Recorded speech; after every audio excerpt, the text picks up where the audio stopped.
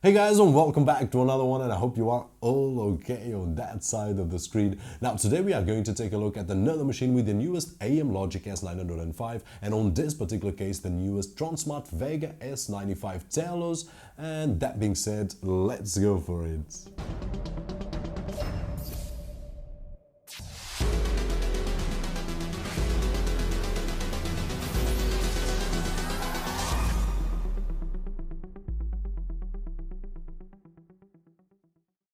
So here we are with the Tronsmart Vega S95 Telos that features the new Amlogic S905 CPU, the Pentacore Mali 450 GPU, 2GB of DDR3 Ram and 16GB of eMMC flash storage with Android Lollipop 5.1.1. And regarding our usual quick unboxing experience, just peel that plastic off, and once we open the package we will find the Tronsmart Vega S95 on top, a user guide, a power adapter, one HDMI cable, one SATA cable and one infrared remote control. And now taking a closer look at it, at the front we'll find a very dim blue light when the device is on the left hand side 2 USB 2.0 ports and one SD card slot, on the right hand side one SATA connection, at the back one USB 2.0 port, one HDMI 2.0 port, gigabit Ethernet connection, optical out and a power input jack, on the top the usual Tronsmart logo, and finally at the bottom a full-sized rubber feet. And regarding the remote control, it is an infrared remote control, which is fine for the basic usage, but as I always mention guys, for a better experience just get any wireless remote and we will be able to use functions as air mouse or even the back keyboard for browsing included in this particular example on the Tronsmart TSM01 remote control. And turning the machine on, this is the default launcher pre-installed on the Vega S95, which we have seen on the past here on the channel. This is a simple and easy launcher to use, but I honestly prefer to use the KK KitKat launcher that gives me more freedom on customization and of course a different look. Also, I would like to point out that the Vega S95 has online updates and they work just fine, but on my first day of testings I forgot to record the update, so you will have to take my word for it that they do work.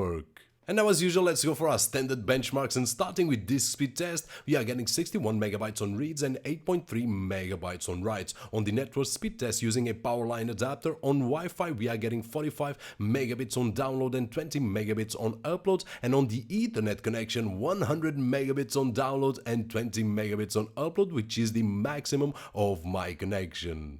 Which, by the way, the power line adapters that I'm using at this moment are the Devolo power line adapter kit with gigabit connection and Wi-Fi AC, and for a full review just check out the right top corner of this video.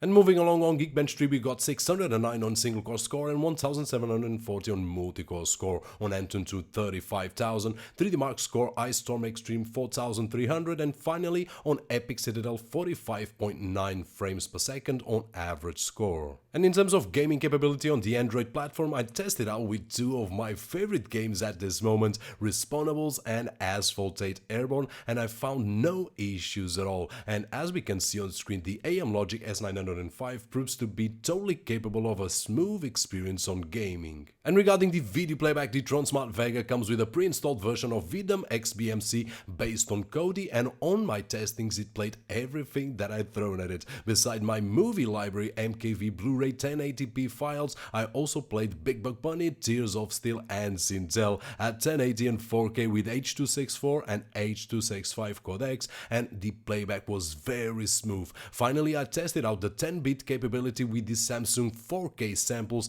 dive into the new world and Iceland with great results, as we can see also on screen. And by the way, all credits too are down below on the video description. And the next test was on GameStream, and once again everything was very smooth. The Tronsmart Vega is capable of game streaming RPC games to the living room, and on my tests I used Rocket League, Grid Autosport and Shadows of Mordor, and all of them with really nice results. And finally the test to the Airplay capability, and for that I always use the Airpin Pro app, which is my favorite app for this feature. And as we can see on screen, both the iPhone and the iPad mini with Retina display had no issues at all on mirroring or on streaming. Everything was very smooth. And the most demanding test, which was mirroring my wife's iMac, everything worked as expected as well. I played 3 live slideshows as usual, the magazine style, sliding panels and vintage prints, and both audio and image were just perfect. And lastly, streaming a Apple event from the iMac to the Vega was also without any issues at all. So in conclusion guys, things that I did like the most were that it has online updates, a fast Ethernet connection, and capable of game streaming at 1080 with 60 frames per second.